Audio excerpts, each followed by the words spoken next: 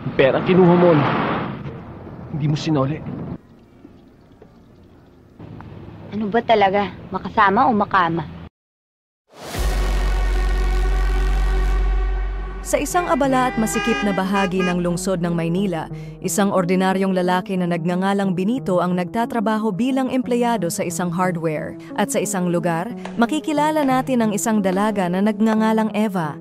Tulad ng maraming kababaihan, siya ay kabilang sa mga hindi pinalad na magkaroon ng magandang kapalaran sa lungsod. Dahil dito, napilitan siyang magtrabaho bilang isang PUG sa isang club tuwing gabi, habang sa umaga ay naninirahan siya sa isang maliit at siksikang boarding house. At sa isang lumang gusali sa likod ng sinehan, kung saan maraming pamilya ang nakatira, ay dito nanunuluyan si Benito. At sa kanyang pag-uwi mula sa trabaho, palagi niyang napapansin si Lily, isang magandang babae na kalapit niya sa higaan. Sa kasamaang palad, may asawa na ito at isang hindi kagwapuhan na lalaki. At tuwing sila'y may ginagawang milagro, ay hindi makaiwas si Benito sa alanganing tanawin dahil tanging kurtina lang ang naghihiwalay sa kanila. Isang gabi, nagdesisyon si Benito na magpakasaya at gumastos ng kanyang naipong pera mula sa pagtatrabaho sa hardware.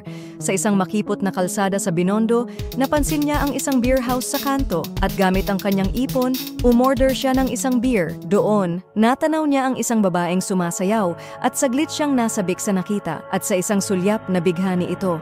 At pagkatapos ng trabaho ni Eva, matyagang hinintay siya ni Benito at lumapit sa kanya. Naglabas siya ng pera at ipinaalam kay Eva ang nais niya.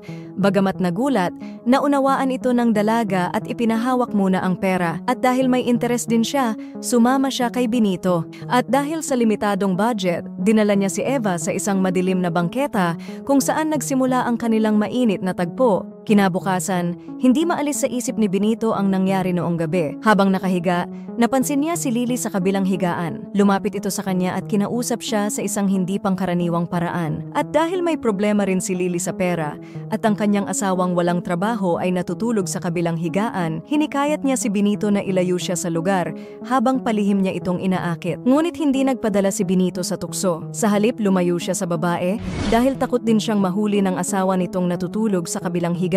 Dahil dito nadismaya si Lily at bumalik na lamang sa kanyang asawa.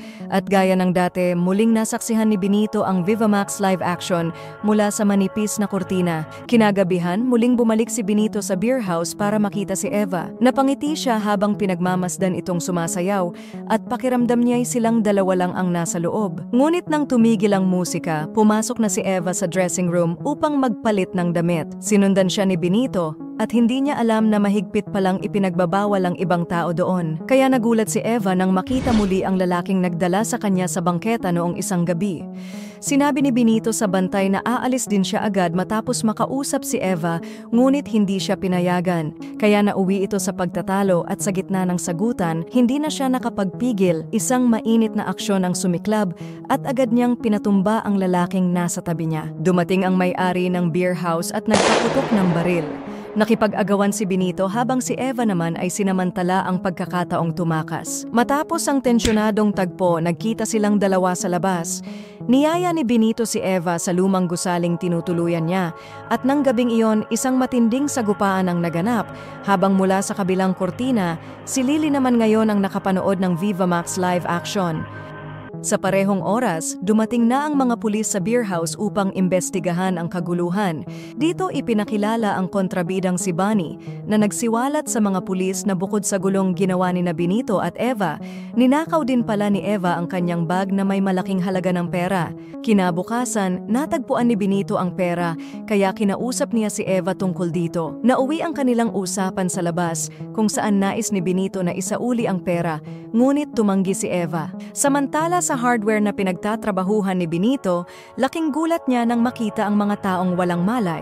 Doon niya nalaman na dahil pala sa perang kinuha ni Eva, dumating ang grupo ni Bunny upang hanapin sila. Samantala, bumalik si Eva sa lumang gusali na tinutuluyan ni Benito, ngunit sa halip na siya ang madatnan, hinarap siya ni Bunny at desperadong mabawi ang kanyang pera. Ngunit ayaw sabihin ni Eva kung nasaan ang pera, kaya matapos makatanggap ng suntok mula kay Bunny, nalaman niyang mas malaking problema ang kakaharapin nila. Dahil ang 100,000 piso ay utang lang ni Bunny kay Dodi, isang mapanganib na tao na walang pinapalampas. Ayon kay Bunny, wala pang hindi nagbayad kay Dodi dahil handa itong pumatay para sa pera. Kaya tiyak na nasa panganib si Eva sa oras ng paniningil. Ngunit napansin ni Eva ang baril sa ilalim ng unan na dinala ni Benito. Sa isang iglap, kinuha niya ito at pinabagsak isa-isa ang mga tauhan ni Bunny. At sa huli, nag-agawan sila ng baril, ngunit nagawa ni Eva na makuha ang baril, kaya pinabagsak niya si Bunny at tuluyang tinapos ito matapos mawalan ng malay.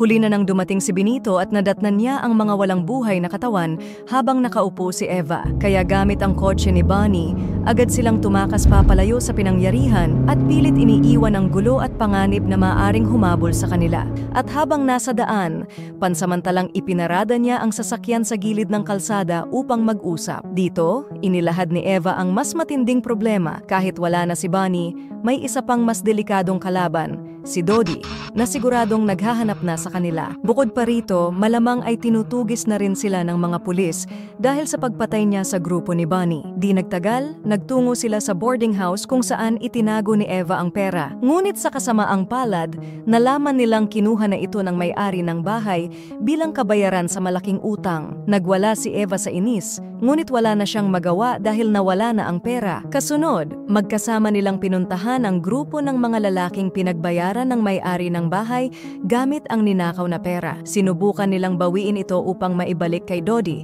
ngunit nauwi ito sa gulo. At habang binubugbog si Benito, nakahanap si Eva ng panghampas at inatake ang mga lalaki. Sa huli, nakuha niya ang baril at muling iniligpit ang mga kalaban. Matapos ang ilang oras, hindi pa rin nila nababawi ang perang kailangan nila. Ayaw nilang madamay ang kanilang pamilya, kaya napagdesisyonan nilang isagawa ang huling plano bago tuluyang lumisan sa magulong Maynila. Dala ang walang laman na bag, sinabi ni Benito kay Eva na maghintay sa daungan ng barko habang siya naman ang haharap kay Dodi ng mag-isa. At matapos magpaalam sa isa't isa, naiwan si Eva upang hintayin ang pagbabalik ni Benito. Samantala, hinarap na ni Benito si Dodi na agad na pagtantong wala palang laman ang bag na dala niya. Pabalik sa daungan, napansin ni Eva ang mga pulis sa paligid at natiyak niyang siya mismo ang kanilang hinahanap.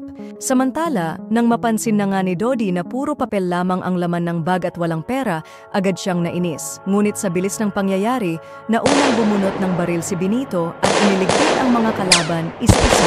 Subalit sa bandang huli, bago tuluyang mawalan ng buhay, nagawa pang makabaril ni Dodi at ang bala ay tumama sa tagiliran ni Benito. Pabalik sa daungan, hindi na nagawang hintayin ni Eva si Benito dahil nahuli na siya ng mga pulis at dinala sa kulungan. Di nagtagal, dumating si Benito sa lugar kung saan sila dapat magkikita ni Eva, ngunit huli na ang lahat. At dahil na rin sa sugat mula sa tama ng bala, unti-unti siyang nanghina hanggang sa tuluyang bumagsak sa sahig.